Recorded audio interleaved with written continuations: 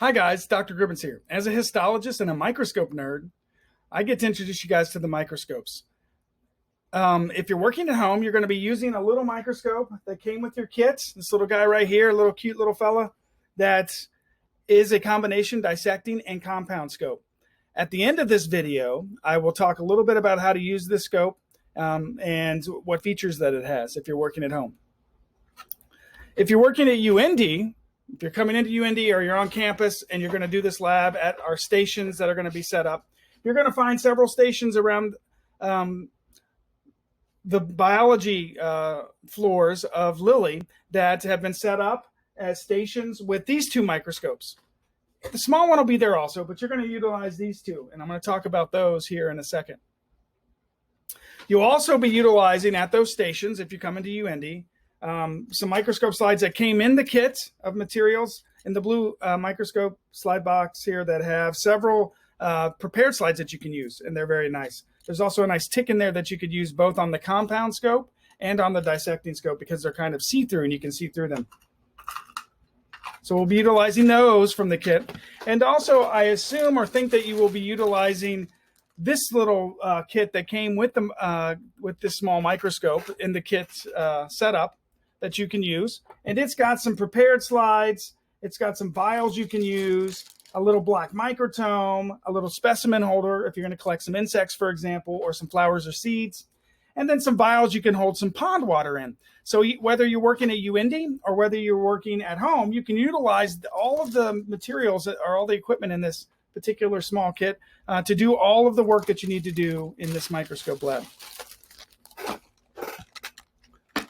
All right, so to get started, let's introduce you to these two scopes. And so I'm going to kind of zoom in on them so I can talk about the parts and features of a typical microscope and a little bit about how they work. I won't spend too much time on them, but I'd like you to understand kind of how they work and what they do in order to magnify an image. And so what the major differences are between these two scopes. So let's get introduced to our two microscopes.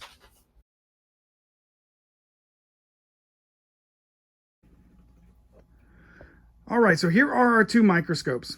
The one on the right is a stereoscope, or what they call a dissecting scope, and the one on the left is what we call a compound scope. First thing I always like to point out is that both scopes are covered when they are not in use. So hopefully when you come to your stations in Lilly, and they put you down to work on the microscopes, that they are covered.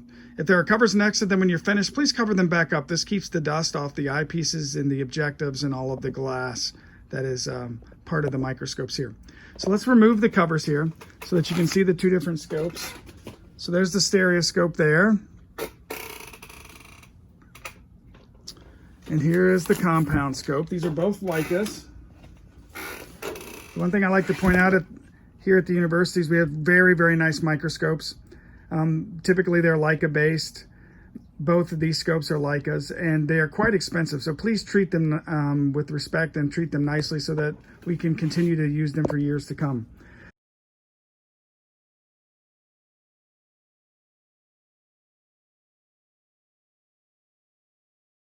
So let's do the stereoscope first. We'll go over the parts here of the stereoscope. So down here we have the base. All right, the base of the stereoscope has typically two switches on it that control the lights.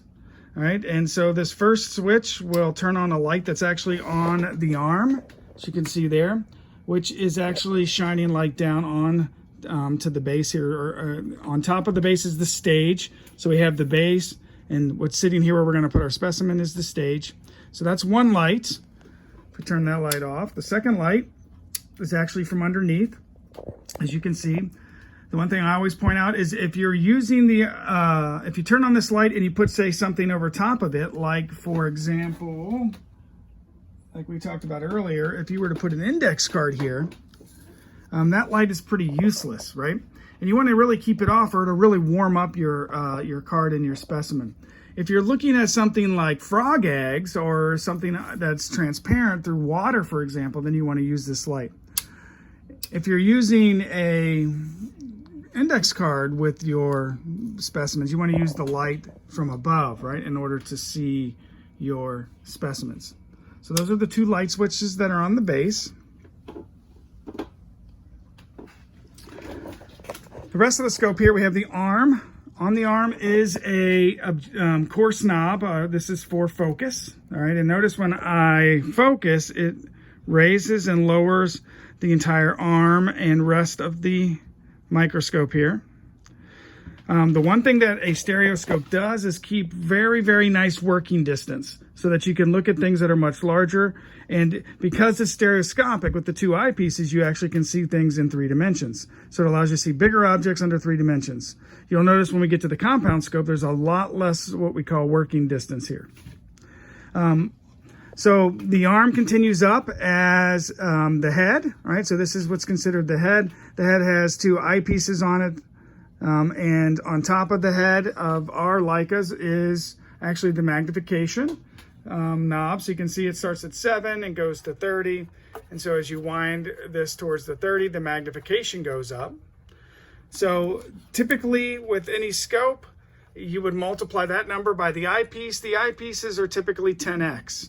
All right, so 7 times 10 is 70x, or you can go 30 times 10 to 300. So this goes up 300 times on the specimen that will be sitting on the stage. The nose piece here is where all of the objectives are found, and this is a zoom type of lens, and everything happens inside the nose so that you keep a nice working distance. So those are the parts of a stereoscope, and you're going to use that to look at insects or plants or maybe fungus. It's whatever we have set up on the lab benches that'll allow you to take a couple images using your camera. You can use your camera of your iPhone to go through the eyepiece, right, in order to take pictures, or you can draw what's underneath the scope on your lab handout. So you'll have several things you can look at 3-dimensionally using the stereoscope.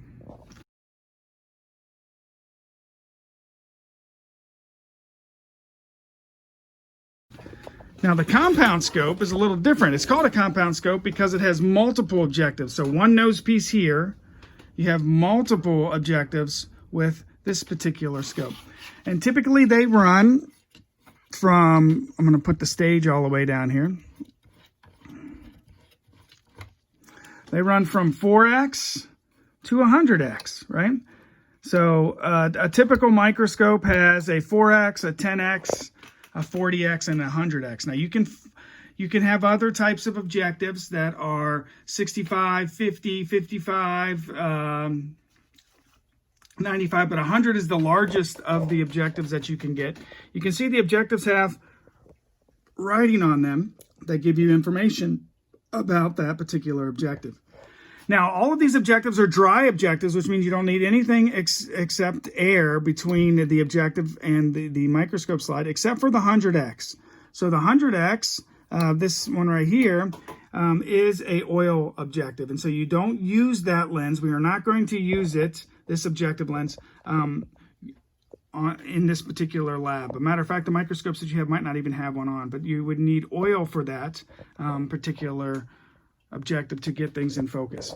So the setup's pretty much the same here. So we have a base with our light source. The power button is actually on the back of this microscope.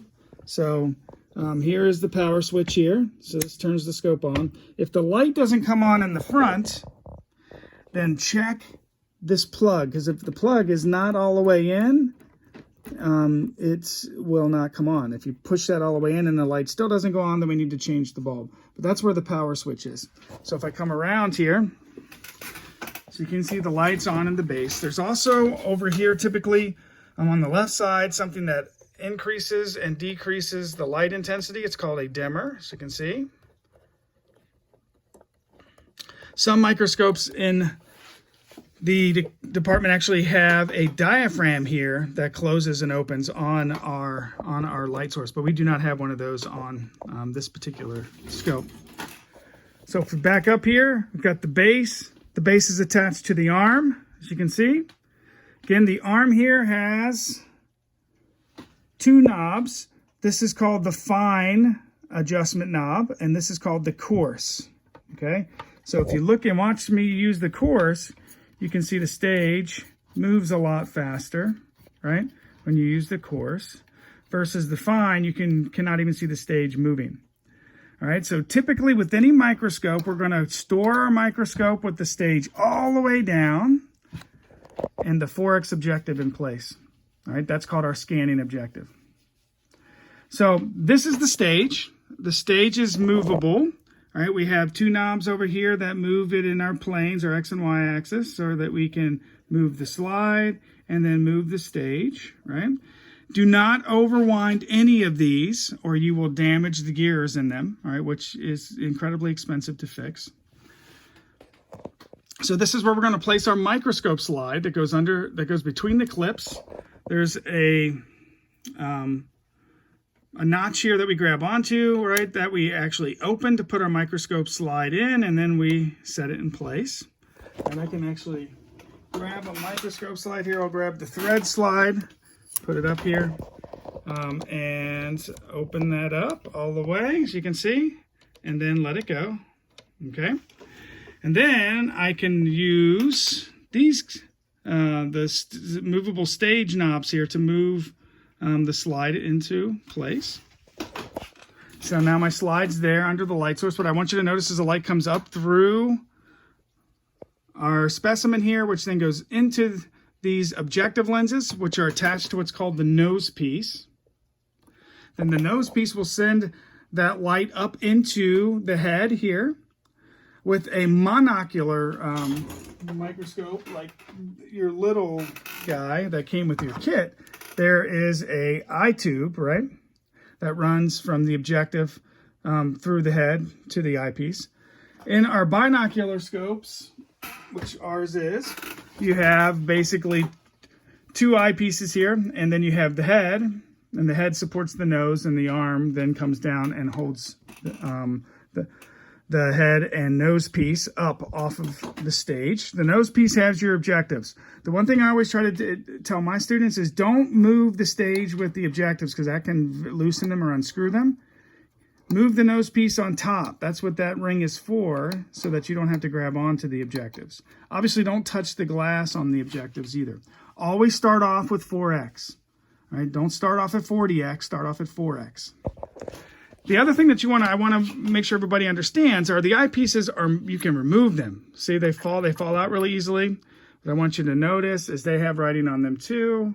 These guys are 10x eyepieces, so you got to be careful. You don't want to flip the microscope over and these eyepieces drop out and crack on the floor. They're quite expensive. So you want to carry your microscope with two hands, one hand on the arm and one hand under the base when you're carrying it. Another thing that you'll want to notice is that when you go in and look into your eye pieces, one of them, typically on the right side of the scope, will have a micrometer in it that you can measure things with. The other one will not, and typically the left, sometimes the right, you can also adjust the focus with. And so you can see down here, if you watch, this will raise up and down because some people have eyes that have different they focus differently, so you can raise this up and down. And so how this works is if you get the image of your specimen and focus on the right side by closing your left eye, get that into perfect focus, and then close your right eye and open up your left, and then you adjust this until it's in perfect focus, and then both of your eyes will have sharp images. The other thing you can do is control these guys, moving them in and out, right? So if I move them out so that they accommodate, eyes for everybody. So the width of the eye. So you want to make sure you bring those in so that you see one image, right, as you're getting your scope ready. Now, the way the microscopes work here, basically light is going to be transmitted from our light source through what's called a condenser. Right, so this is the condenser. What it does is it gathers all the light. You can imagine from the light source, light is going in all planes, all directions, right? We want the light rays that are going straight up and down. Those are the ones we want to capture. So basically the cone of light that fits in through this condenser will then be passed up, hopefully in parallel, through the specimen and up through the specimen and into the objective, right? So you can see the light is coming up through our specimen. Now, what I want you to watch is there's an iris diaphragm that opens and closes. So you can see it's very bright there with the iris wide open, and becomes less intense as we close it down.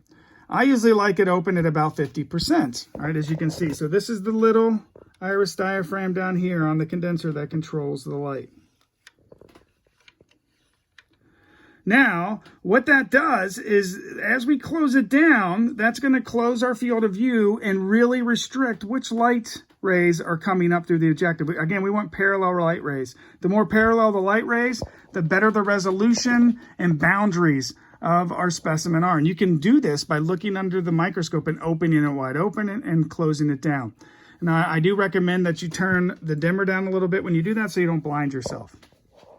So as the light comes up, it's going to hit the glass in our objective, and that's going to refract or bend our light. That light is going to then end up parallel inside of our head here, which is a hollow tube. And basically, in most light microscopes, even your little one, if you were to use a ruler and look at, for example, where the objective is, you would note that basically running from the objective up to the eyepiece, right under the eyepiece, is about 6 inches. All right, so you can see the 6-inch mark is right here where my thumb is. All right, and I'm roughing it out here, but you can see that's about 6 inches, right? And the same thing would be with your little scope. That 6 inches is the length of a typical nose and eye tube. And the light that comes up here is parallel to form an image right underneath the eyepiece. That image is then magnified 10x by the eyepiece, so that the image you're seeing is a virtual image that's very large of the real image. So that's how you get magnification. You actually get 2 steps of magnification here. So again, it's 4 times 10 is 40x up to 100, right? 100 times 10 is 1,000. So 1,000 times. A light microscope, the wavelength of light allows you to see things about 1,000 times with oil. The other thing I'm going to want to point out here is the change in working distance here of your objectives, okay, before I end. If I, for example, get this particular slide into focus so that I can see it clearly, I want you to see the working distance between the 4x and the actual slide. Now notice what happens when I go to the 10